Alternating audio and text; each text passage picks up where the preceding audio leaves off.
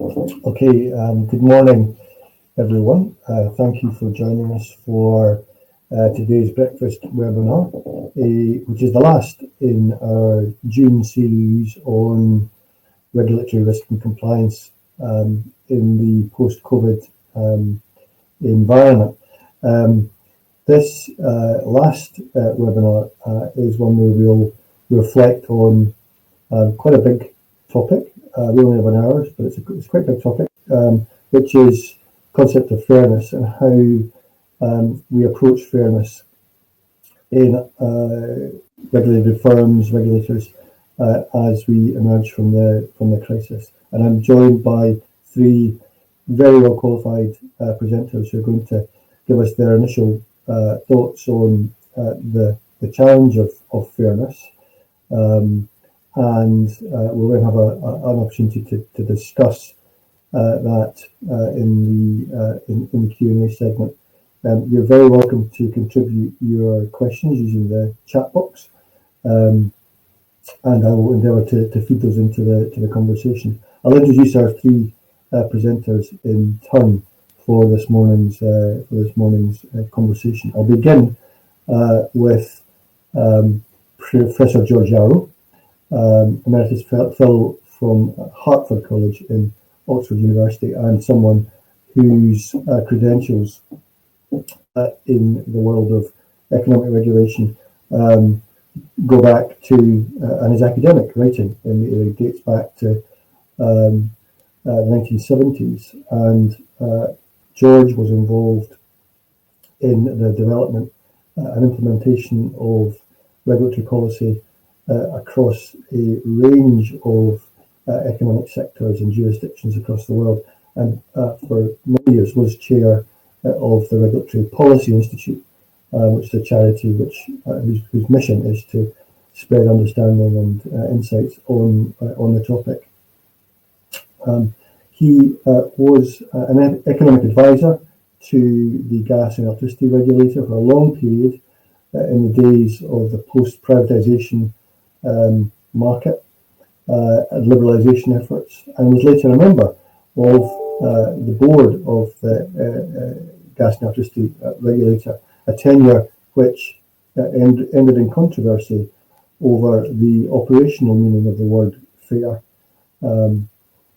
His interest in the notion of fairness has persisted since then, and he's authored a number of papers and opinions concerning the interpretation of just that notion in the context of New Zealand's electricity distribution and transmission networks. George, can I invite you to make your opening remarks, please?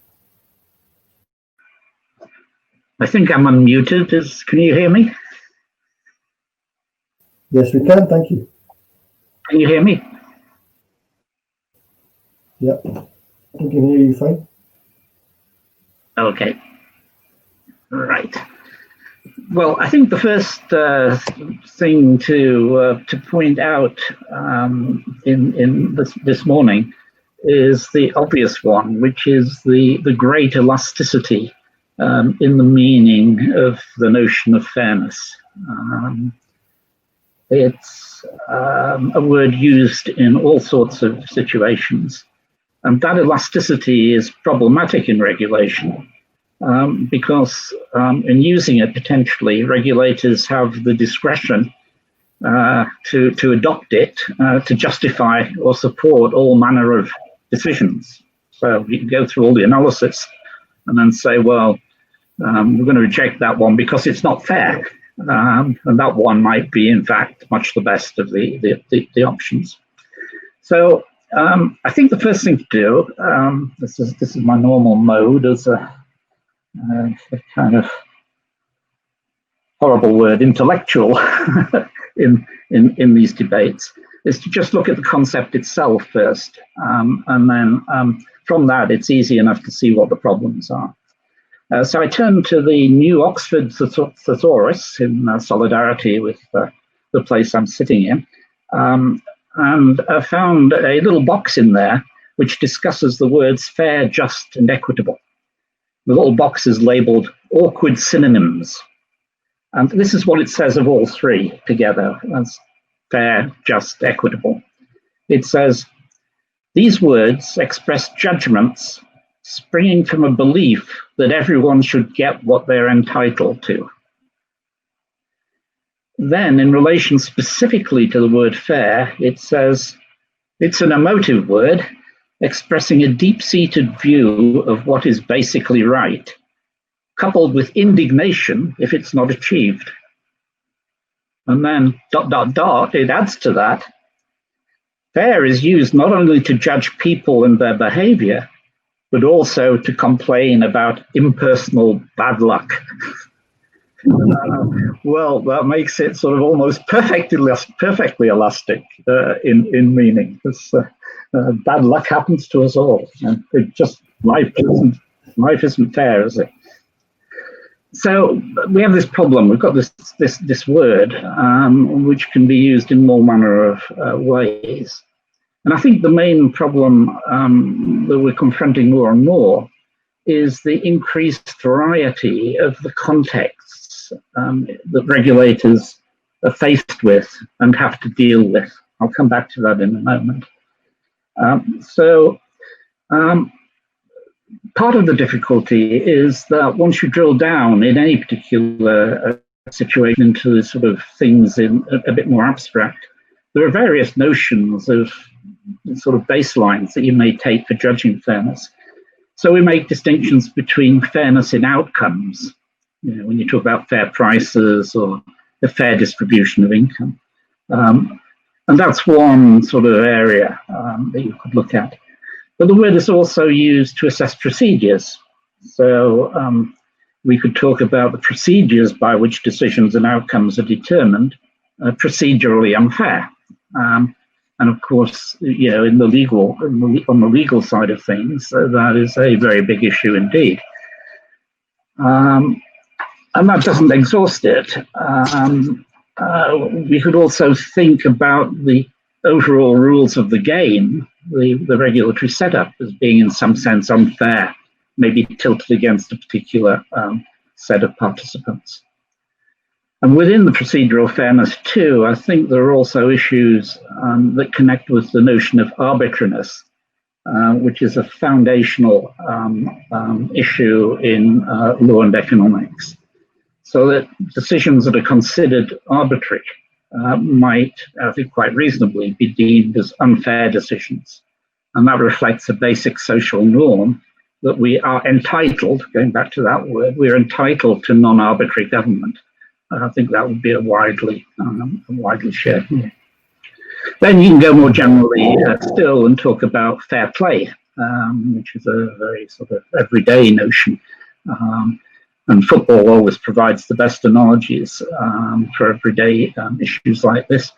So we might have fair play rules in football, which are to do with, in the European context, to do with financing of football clubs. Or we might think the ref is unfair in the decisions that the referee is making. So there we're dealing with an enforcement issue, unfair enforcement. Or it may be referring to the conduct of the players on the pitch. Somebody is trying to simulate, make out that a tackle is worse than it was, and so on. And we'd say that was unfair play. So there's this, even before you get to specifics, there are these different kind of spaces where different notions of fairness are in play. It is, let me go back though, it is though a concept which has always been there in regulation. I think we shouldn't forget this. The US, in developing utility regulation, in that development, the notion of a fair and reasonable or just price is absolutely central to the way in which that system has been developed. And similarly for the network industries, the notion of fairness is what is in play when we're talking about whether we should have postalized pricing or not. Should people in rural areas be entitled to electricity at the same sort of price as someone in an urban area, notwithstanding the fact that the cost of the supply to the rural area might be many times higher than the cost in the urban area? And utility regulation has always tended towards, of monopoly, has always tended towards flattening of prices across geographies. And that's basically driven by a notion of what is fair. That system works, and it has worked. It worked for decades. And I think part of that is that controversies over differences in meanings basically had a judicial system to go back to. So it was the courts ultimately to which you could appeal to say, I think this is unfair. A lot of decisions now are not like that, and no court, at least within a reasonable time period, is likely to establish the benchmark. And you can see the challenge of the differences in context when you turn from regulation to competition law, where, of course, probably most will know, the Chapter 2 prohibition of abuse of dominance starts with its first exemplary subclause with the setting of unfair prices and terms of conditions. And that's in the European Treaty too. So right up front in competition law, there's this notion of unfair prices. And it has been a very, very problematic area for the courts to deal with, because of course dominant firms occur in all sorts of different contexts, and therefore you're moving all the time between these different worlds where stable meanings are difficult to achieve. And of course there have been few cases to set precedents too.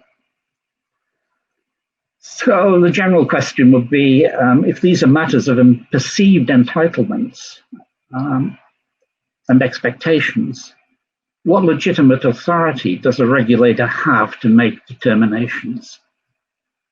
Should a regulator be determining those entitlements?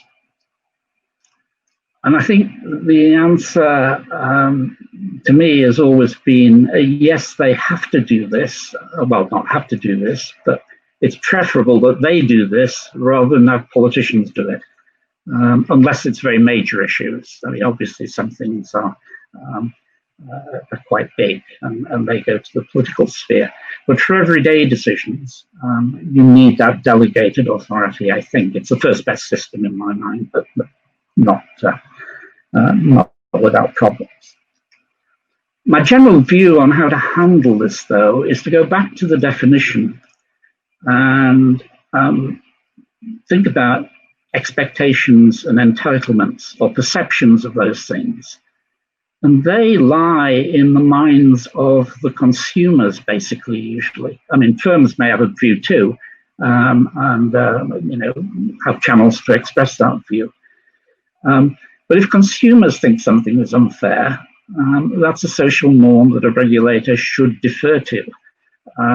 If they don't, then the regulator should not be imposing a norm, maybe from an abstract philosophical textbook, on the situation. So I think the way forward, I think, is through consumer engagement, customer engagement, and the discourse around that, with much more attention focused by regulators on what it is that customers, consumers perceive to be fair or not. And you mentioned the New Zealand case, and I'll just finish with that. It was an interesting example where an international agency came into New Zealand and recommended that all the distribution companies be amalgamated because it was unfair in some sense that the little local areas were paying more for their electricity than say Auckland in New Zealand. But that was a judgment from Paris, from the International Energy Agency. And in fact, if you go to New Zealand, there were no complaints about this from the Kiwis themselves. So this wasn't the customers complaining that these differentials were unfair. It was an outside view imposed upon a local situation by, it was a view taken by an international bureaucracy. And it's a very interesting case because, I mean, I suggested to the New Zealanders that they ask the people themselves in these areas. What they liked in the rural areas was the fact that their distribution companies were under local control. And they saw that as a trade-off. I think quite correctly, it's a correct perception. And in those circumstances, unfairness did not trump the sense of autonomy and local control that they had over their own prices. We'll see how it goes. There's a big review been going on. So I think that will be enough for now. Gordon. Thank you very much.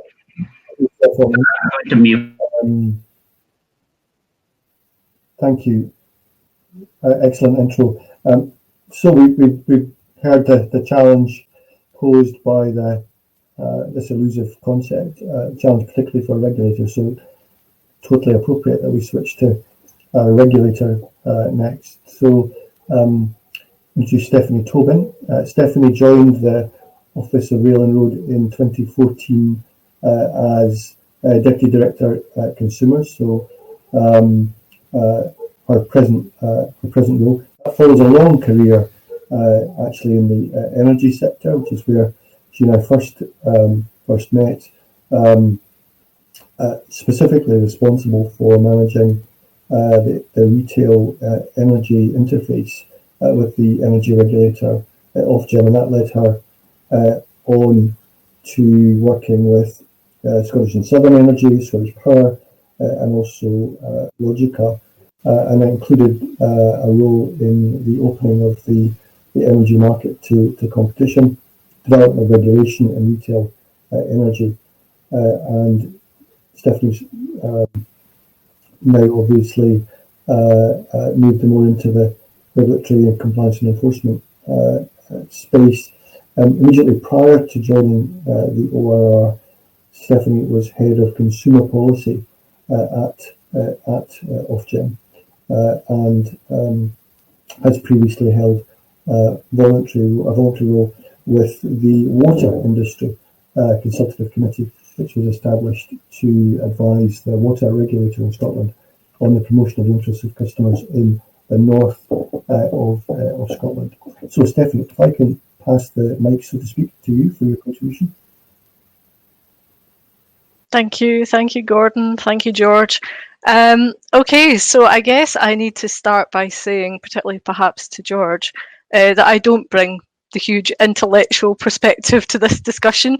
I do bring a very practical perspective, I think, of working in companies where this constant discussion and balance between what is fair and what is the regulator doing to, if you like, try and bring fairness to their dealings with whether it's passengers, customers, consumers, whatever you want to call them. So it is very sort of hands-on thinking about how this works. And I think even working in two regulated sectors now, there are a lot of parallel thinking really going on in that. I constantly can come back to examples of things in energy that are relevant to rail, and so that brings quite a different perspective, I think, to this. And I think, of course, being a regulator that has a lot of private sector experience also puts me in a strange position here. But going back to some of the things that George was saying, I think the first one that I found most telling really was something you said at the end, George, is that it's hugely important for regulators to really listen to consumers.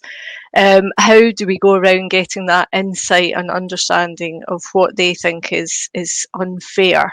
What's their perception, and how does that change? And I think that is done in a variety of different ways in different regulated sectors. From my own side, certainly what I brought to rail was trying to get companies to understand almost immediately in the moment after an experience, what did the consumer think, and what was their experience, and why was it a good experience, a bad experience, and how could we build on that. So it was a huge undertaking really to gather that evidence, and all regulators really spend a lot of time gathering evidence of what consumers think, and then trying to hold that up to the companies and say, well, actually, have you thought about this? Have you seen this? This is what we can see. Can you not see that? And trying to reflect that back at them. So that's really my starting point. We spend a lot of time trying to understand that. And hopefully, to a certain extent, we also try and switch on that part of the consumer that we've all got in us, and that's quite hard, I guess, when you get caught up in your job. But we're all consumers, and we all have a different perception of what fairness is. But I think that is also important to hold on to that constantly. If I can tell you some of the things we think about, certainly that I've thought about in both Ofgem and in ORR. Obviously, pricing is where most people start. Is it fair pricing? What's the differences? Why are there differences? And does that seem appropriate? And that, in large part, can be brought around then by, well, what's the purpose of the business, and what's the differences that business might be thinking about and how it interacts with its customers. So if I talk about energy, there's a huge relationship there between the consumer and the business, and it's very clear cut. It's very dependent. They understand each other, and the businesses are trying to understand how how consumers are operating, what they're thinking, why they might switch supplier, why they might pay their bill, why they might change tariff, and that is really clear. In rail, that's not at all the case. The companies have this different sort of transitory relationship. You might have a season ticket and have a bit of a relationship there, but also you may be just somebody that uses a train once a week or once a fortnight or even less frequently. So trying to think about the structure of the industry and the interaction between the consumer and the business is different in different sectors, and therefore it affects fairness, and that's particularly around pricing, I would say.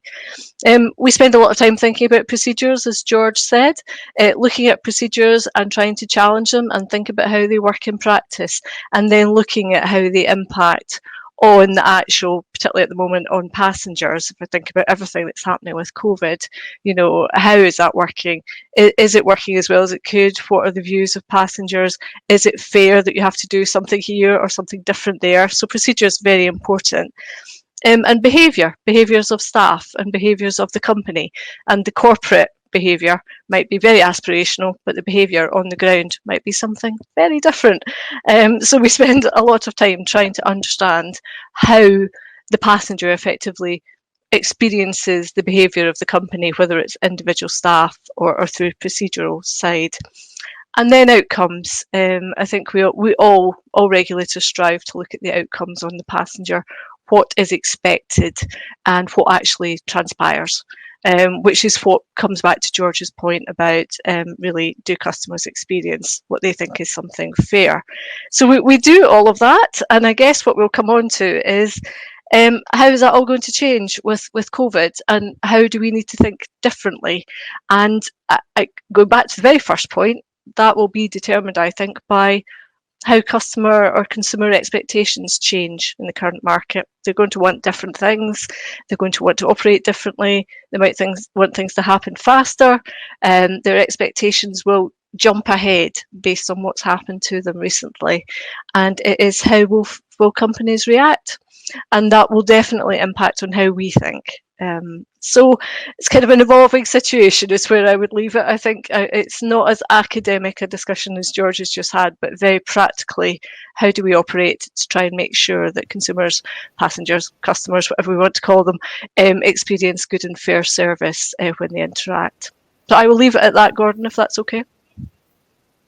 Thank you. Thanks, Stephanie. That's great. Thank you very much.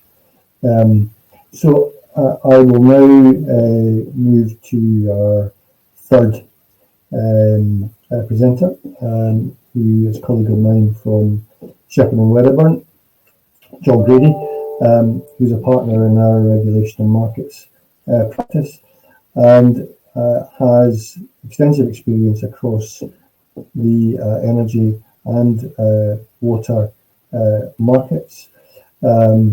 John's worked with me in that space for a long number of years, both in the UK and overseas,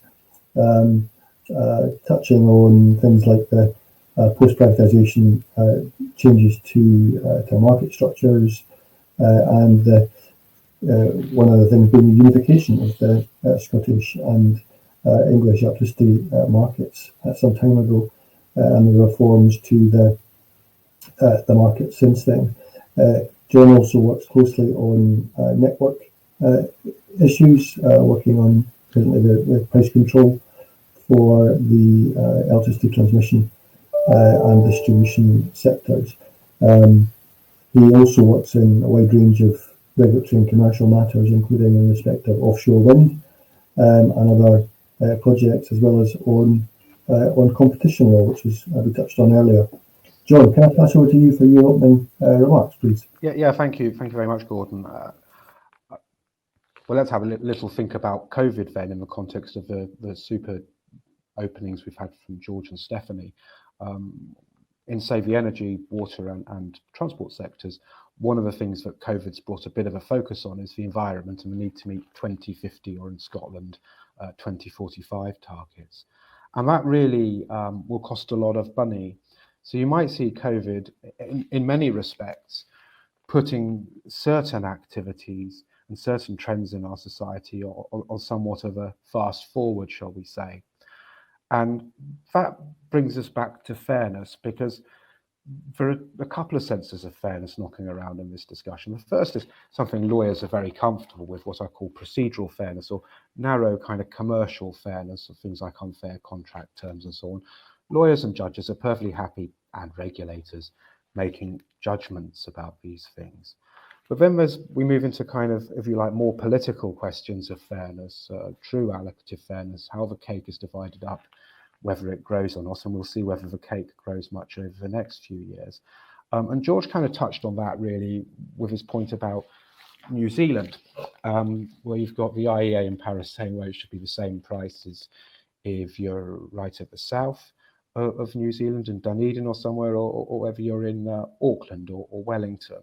And the New Zealanders not really being particularly bothered about that as an idea and being quite content with their current system. Of course, once you move on to the type of investment that's needed and already taken place for decarbonisation, you're talking about very significant sums of money being spent. Is that borne by the consumers of the particular products, for railways, for renewable energy, etc., or is that paid in some other way? Because there's wider societal benefits and indeed international benefits from this investment. And that, I think, this sort of debate, and it already has done so, exposes an important dividing line between what's the proper province of regulators to make decisions and where should it really be left for Parliament and politicians to make decisions. And in particular as well, and this is where fairness gets very tricky, who pays for this stuff? Because until now, obviously, the idea has been, for instance, energy consumers pay for all the decarbonisation efforts. But that, of course, brings you into a real issue, because it increases the bills and increases, obviously, the burden of bills for consumers, many of whom, because this is the other side of the COVID issue, you see, many of whom over the next few years will be very, very hard pressed, because I think the economic consensus is we're looking at very significant levels of unemployment of the sort that we saw in the 1980s. Final point about regulators and fairness. Past a certain point, the regulator, to use a word I don't particularly like, toolbox, the regulator's toolboxes are actually quite limited. I remember saying at a seminar Gordon organised 13 years ago, the problem isn't so much fuel poverty as just poverty. And I think we have to bear in mind that, you know, regulators cannot solve wider societal problems. A final point, which I think very much struck me, Stephanie made and George made, with which I very much agree, is it's very important to actually listen and understand what consumers want. The statutory duty is to protect the interests of consumers. And I think all of us, that's a risk I face as well, have to be very, very careful to focus on what consumers want and not what we think consumers want. And I think that's a particular risk for people in the regulatory professions, but they don't truly focus on what consumers want. What I would say is that has changed over the years, because one of the things that's changed over the last few years, I think, is there's been shifting sands in the underlying way society looks at things. We've perhaps moved on from the political environment was there when the utilities were privatised. And we all just need to be alert to the way in which consumers are looking at things for wider fairness as well as narrow fairness. But I think I agree very much with what Stephanie and George said were super opening comments. So I think that's enough for me. Gordon? Thank you. Thanks, John. So that set us up nicely for our conversation. I've got some questions I wanted to pose. If we have contributions, as I say, we can leave those in. So I'd like to begin, actually going back, possibly to a point that George was making earlier about fair play, and an issue that has been very prominent in terms of COVID, which has been what's sometimes been known as price gouging, and the opportunity or the opportunistic behaviour of firms to earn extraordinary returns at the expense of consumers when there are shortages, for example. And I think what I'm interested in exploring with the three of you is how the popular understanding of fairness and fair play translates into a regulatory response to that sort of opportunistic behaviour, and whether it, in a way, takes us, as George was saying, to this fair play concept, the ethical way in which firms behave faced with opportunity to make a return versus the sort of wider societal expectations of how people should behave. George, can I come to you first? Just unmute. It's an age-old problem. It's been through the centuries. Allegations of, price gouging is a term used now. It used to be, the more general term was profiteering, and it goes way back. There are just some areas where there is a trade-off between a notion of fairness and economic efficiency, if I can put it in the technical sense. And we all know that. If in the interests of an equal distribution of income, we had 100% income tax, what used to be called in teaching on the blackboard, the Albanian solution, we know that's crazy. And that's just the extreme example. So that I think regulators have to think carefully about how to deal with this. My take on it is that it's usually a response to a transitory situation in which the consumer gets themselves into a distressed state. And if you can't get any loo roll, that can be fairly distressing.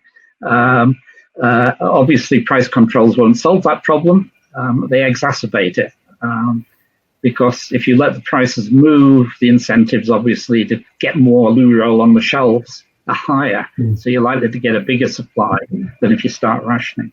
But that's a debate, and economists have been trying to educate people on these issues for centuries, and it never works because in the moment there is distress. And I think it's a question for companies of how you handle this. The big companies, it's usually not a problem because they have, I was listening to Stephanie, the long-term relationship with customers.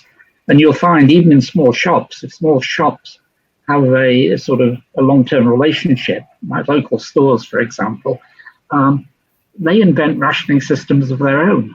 And you can only take one of this item or whatever.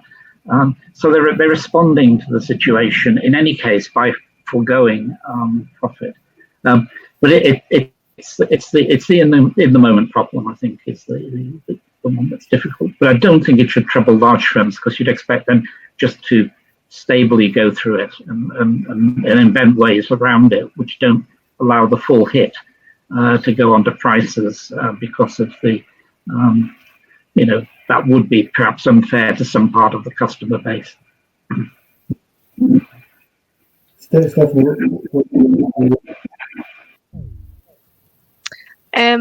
Gordon, I think I agree with George on the large firms point. I think their understanding of what's ethically acceptable, what regulators would stand for, what competition law requires is far more advanced, and they've been there before, and I don't know if you said, George, they can sort of ride the storm a bit. I think it is interesting for these smaller companies, and if you put yourself in their shoes, it is an opportunity. Huge demand for something like, whether it's toilet paper or hand sanitizer, and you can see that they may be more willing to take risks. They're probably operating at a level where they don't think the spotlight's on them. They'll probably not be found out. It's a short-term problem, but they could be out of business in the next month. So they take the risk there, and they see how it goes. I think it's challenging for regulators to respond quickly to some of these things. I mean, I think there's been a lot of publicity. Lots of people are saying lots of things. I think CMA have had lots of complaints. But none of John's point about the regulatory toolbox is interesting. I don't know if the tools are fast enough to adapt here. We've probably never had this sort of environment where you want something to change very quickly, and the regulator is sort of bound by whatever it's got available. So it's maybe a bit of an eye-opening experience. I'm not quite sure whether it will change what needs to be in that toolbox in the future. I think we need to wait and see. Yeah. John, what about you? Well, yes, it's funny, we were having a discussion the other day in the office about excessive pricing and price gouging, and of course you do a bit of a Google search just to look at the history, as you do nowadays, and there's been excessive pricing bills in Parliament regularly through the decades. It's very, very difficult to work out what is an excessive price. I think it's, and certainly actually, one of the interesting things about COVID, Stephanie, of course, as you know, is that the regulators have actually shown themselves to be very nimble and capable with people to work very quickly to address the very many challenges with COVID. I think a judgment that a price is excessive, however, is not probably something that could be taken quickly without opening the door to a large amount of legal challenge. I also think what George says is very important, that unfortunately, it is these situations of shortages where prices rise, and that's how economics is meant to work. And so, for instance, if you're expecting people to provide capacity in a marketplace, the quid pro quo for that is that when there is a shortage, they'll hopefully get a decent return from it. And that's a fundamental point for things like the electricity generating market. Most of the time, the prices aren't that great. So, you get a capacity shortfall, and that's when you make a bit of money, and that's built into your business case. Now, obviously, COVID is an extreme case. Unless it's something absolutely outrageous in terms of pricing, if I was a regulator, I'd rather steer clear of this. And if anything, I'd leave it to political judgment. And if the politicians want to intervene and say, well, we're going to, for instance, impose some form of windfall tax, and we have a debate about it in Parliament. But I think if I was a regulator, unless it was something very egregious that manifestly met something that was excessive pricing, I would steer clear of intervening. I think in the long run, you could damage the regulators' reputation in general with such an action, and maintaining long-term confidence is important. Actually, I think the sensible companies, the ones that are, if you like, should we say, good corporate citizens, will be very mindful of their long-term relationship with customers and will have avoided truly excessive pricing, as opposed to pricing that passes on some of the increased costs of dealing in this environment, of which there are significant increased costs, of course. Yeah. Okay. I want to move us on to another topic, which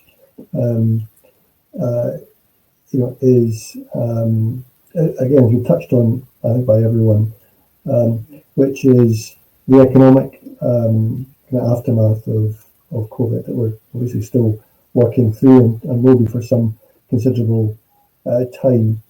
In terms of which, in the various sectors, particularly hard-hit sectors, transport, I'm thinking about, for example, are potentially going to have to be restructured. And in that context, as their relationship to the state, for example, might change, how the economic restructuring of those sectors might play out in terms of a change in the expectations about the relationship between regulated firms in those sectors and their customers, and potentially create scope to change those relationships in the longer run. George, can I come back to you again just to kick us off on that topic? I mean, my general view is that this episode potentially will have a profound effect on concepts of fairness, and it goes back to the point that it's about expectations, which you've just mentioned, and entitlements.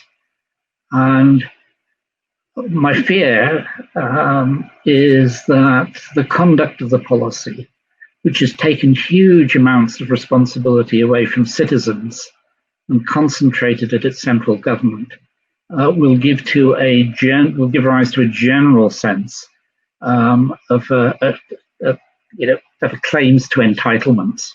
The government has done so much for people that I worry about it inducing a more passive attitude generally, that you depend upon someone else to make decisions for you. And I don't think, we could go on for hours about sort of looking at particular examples, but that to me is the general worry. And I expect it will affect concepts of fairness, and it will flow through to regulators, but in ways which are probably not at all foreseeable at the moment. That's it. Sorry, I muted myself. Stefan, what's your response to that?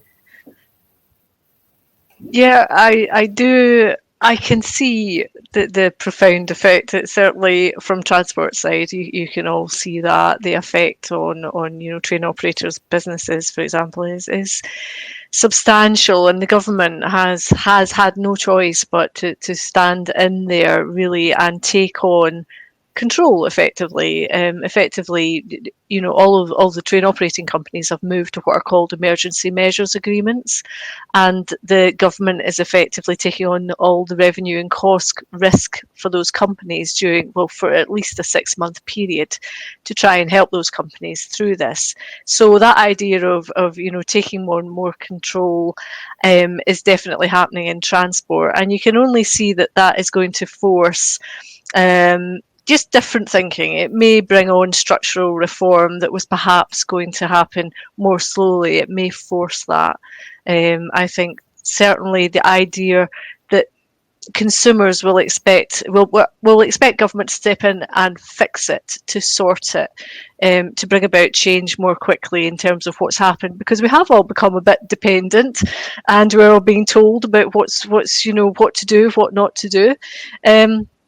So it is a huge, I think, catalyst for change. How it affects fairness, I think COVID certainly, it has pushed forward, it has accelerated a lot of things, particularly around technology, and also, obviously, we're all sitting here working at home probably, and that will really push forward thinking in terms of how people operate, what is fair, and how will that impact on us all going forward. But I think the technological point for me at the moment, as a regulator, is push the whole market forward in terms of how people want to interact or how companies want to interact.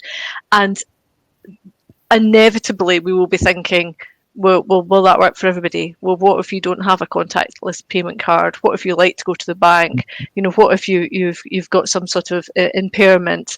And start thinking about those more vulnerable customer groups because of all the changes that have been forced on us in what's happening in different sectors. I actually think some of the companies will really reap the benefits of the speed of change just now, and I can see that already in transport. The way technology is going, the way things have really accelerated in a way that I wouldn't have seen happen for many months.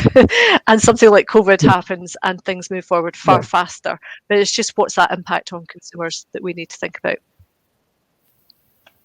Yeah, exactly. In one of our previous webinars, we were talking about that idea of the post-COVID economy and the digital recovery or the digital contribution, and how transformative that is potentially in across all sectors, whether it's from the health sector through to transport to other forms of regulated sector. John, coming to you on this issue. Yeah, I mean, I think there's no doubt. I mean, the technological change that Stephanie's mentioned there is likely to be a profound consequence of these times we've gone through.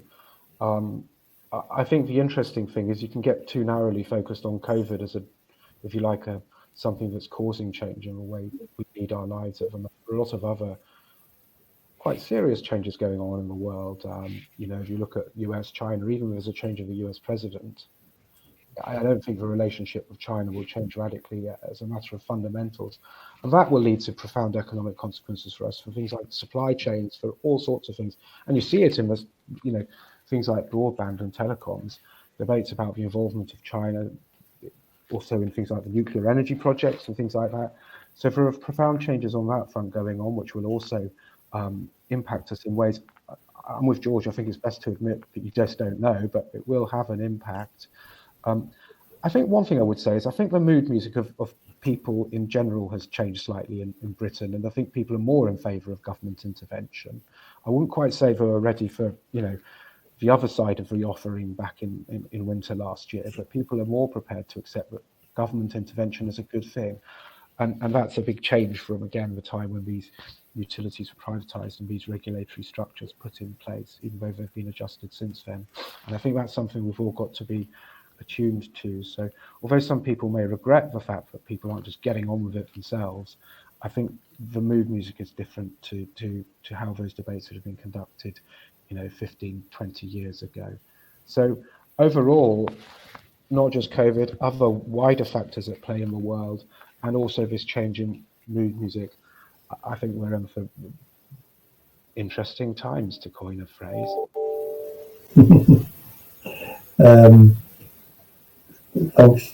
Thanks, John. So I'd like to move us on to, in a sense, back to this question about how firms engage with customers or users or passengers, and the importance of that engagement for our understanding of fairness.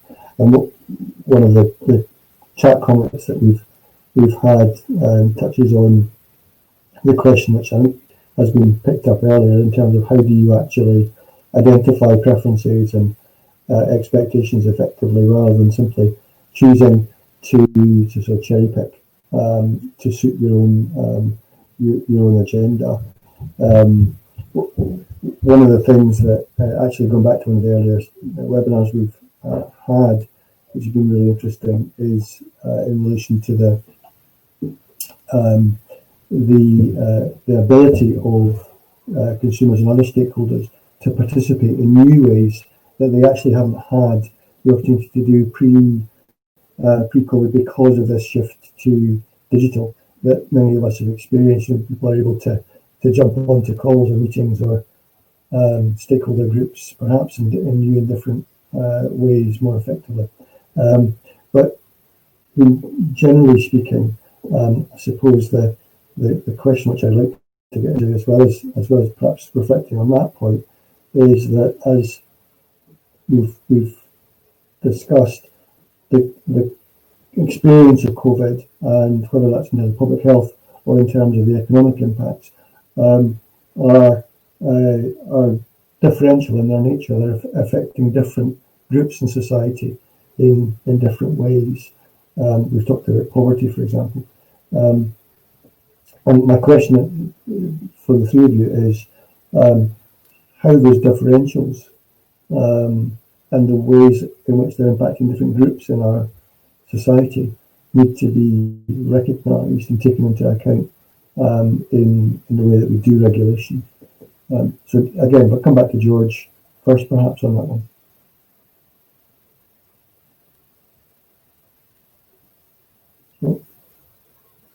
Finding the mute. I think it's a subset of understanding consumers and consumer attitudes and the different groups' attitudes. I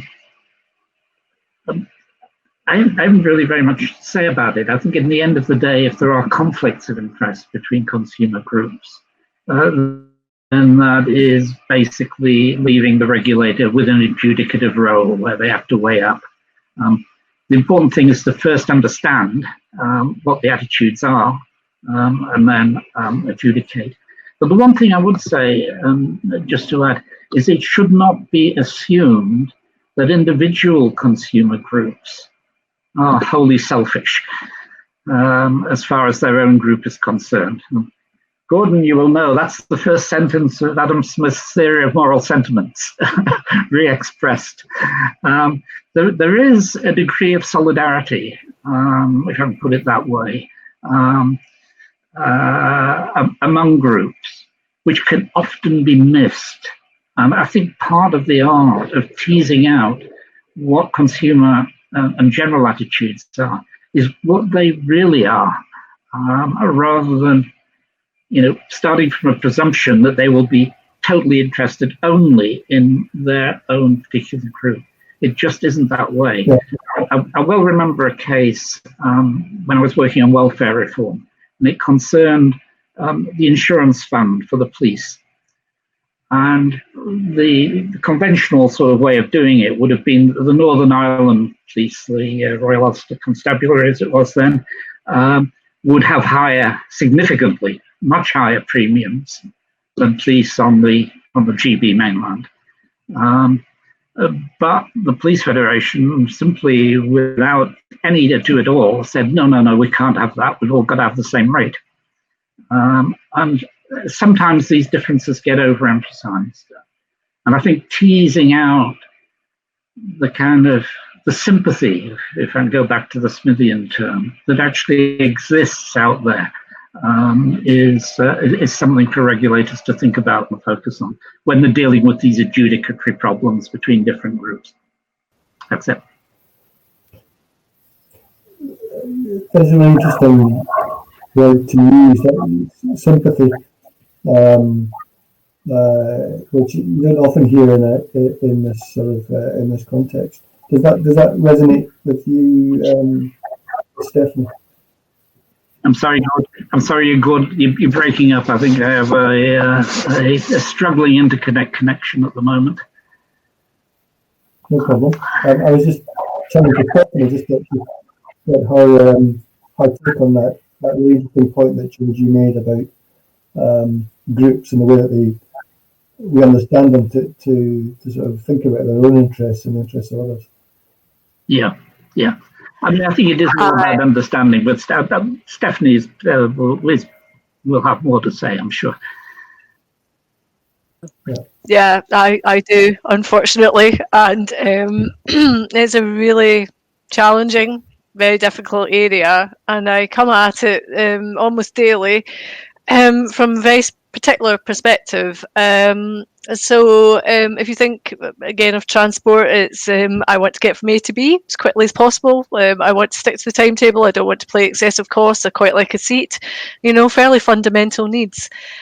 People are not, I would say, always that tolerant of others, and different groups have competing needs. And if I think about some examples that have been in the press, someone who perhaps needs to board a train and is a wheelchair user needs a different sort of help and assistance. Someone who has perhaps a baby buggy or who wants to travel with a bike, again, will have very different needs and very different expectations, and they are not always well tolerated because they do bring a different pressure onto things like transport.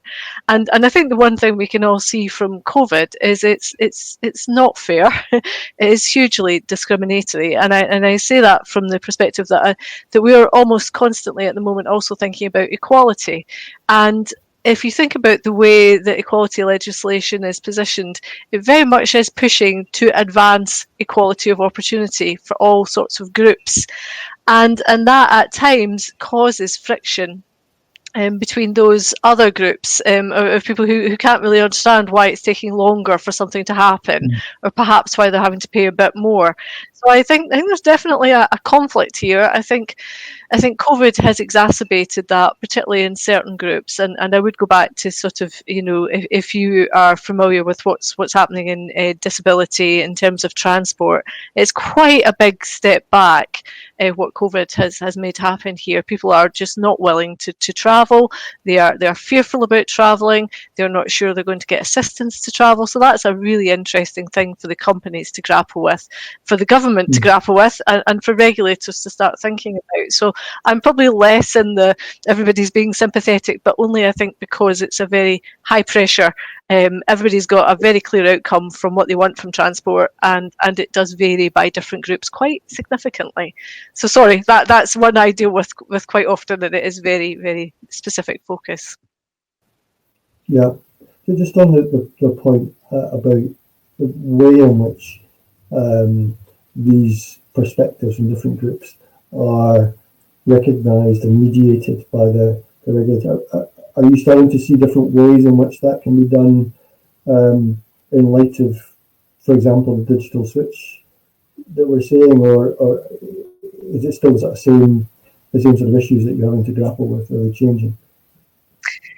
I think the one thing that we've all touched on is that digital brings opportunities, and COVID has been a sort of a catalyst for change. I think what is going to be important is that change, benefits everybody, and that comes back to the age-old. Well, I can invest this much here and benefit 80% of my customer base, or a similar amount over here, but benefit 5%. And I think those kind of cost decisions in the current world will make it quite tricky for companies and government to start making decisions like that. And but the opportunities are huge in some of the things that have happened, and the sort of the way technology could help here and help different groups. It's just it will unfortunately come back to that discussion around fairness. Where will that end up is going to be very interesting to see. I think a lot of people are worried that COVID will end up in a step back in terms of what people experience and whether they do experience fairness or, inequality more because of what's happened here. So I cannot predict it, Gordon. It's just going to be hugely challenging with lots of things to think about, I think. Yes. And John, coming to you finally, perhaps the perspective of the regulated firms themselves is, in this context, is one that you're perhaps closer to, and how they are finding this challenge of resolving those sort of conflicts. I mean, you work with regulated firms in the network context. You've got all sorts of different groups that they have to work with, and whose interests they have to recognise in the work that they do. What are your perspectives on that, particularly of COVID? I think it takes us to what Stephanie and George were saying, because ultimately firms are content to deliver, in general, all the outcomes that regulators and politicians want, provided that they're fairly, that word again, remunerated for it. You won't get people providing these services unless they're going to make a reasonable return on their capital, and that's the long and short of it. And I think what takes us to, I'm with George on this. I mean, Sunny Upland sort of guy. I'm optimistic about human nature, but I think in all these things, it does come back to who's going to pay for it and how's that burden allocated. Let's take two examples that have really come out of COVID. Care homes is one. We just don't spend enough money on care homes, let's face it. You can listen to any number of Radio 4 programs. That tells you the same thing, that the people are underpaid, there aren't enough people in them, probably not enough training. There's a wide range of things that need to be looked at. And politicians have stepped forward to say we need to change this, and then being pushed right back over the last 10, 50 years. That's a reality of it. Now let's think about the sort of technological changes Stephanie's mentioned, about things like, more online public services and so on. My kids have been getting educated at home, or they might disagree, of course, but they've been getting educated by Jill and me. The reality is that one thing that makes it easier, let's be honest, is that Jill and I and laptops and iPads, and we can afford that sort of stuff. So you've got that whole digital exclusion question. Fundamentally, what this brings us to is a new way of people not being fully participating in society, which is what Stephanie was getting at, and that has to be paid for. People need to be remunerated to provide those services. I think where it takes us is for these very difficult questions, resolving, paying the companies to provide the service, resolving who pays what for the services, resolving how they get paid. We need to find ways of having more fundamental conversations with people in general about that, and things like citizens' juries and more involvement of consumers in discussions about how these are paid for, but properly explaining these issues and just getting up front on them is what's required. There are lots of problems in life you're better off kicking down the road, but the fundamental problems here that this is exposing is, for example, we need to have a proper conversation about the importance of paying people to provide services properly, making sure they get a fair return on their capital, and who pays for those services and how they're paid for. And that involves quite a lot of thought as to how we have those conversations. But I think the kind of citizen jury, more consumer engagement type ideas of what we need to explore. And I think there'll be a lot of learnings from the world of Stephanie and the regulators that will be applied to these other problems that are brought up. That's a whole other conversation in store in relation to those new ways of participation that you kind of touch on a great way to bring things to a close, John, if I might say so. So thank you, everyone, for taking part. It's been I found it a really stimulating conversation. I don't think we've solved the problem of fairness, but I think we've given it a good go in terms of exploring some of the challenges that we all face in our various lives in managing that elusive concept. So I will conclude matters by just thanking the three of you very much for contributing today, and thank our guests for joining us for the conversation, and wish you all good morning. Thank you, everyone. Thank you very much, Gordon. Thank you. Goodbye. Thank you, Gordon.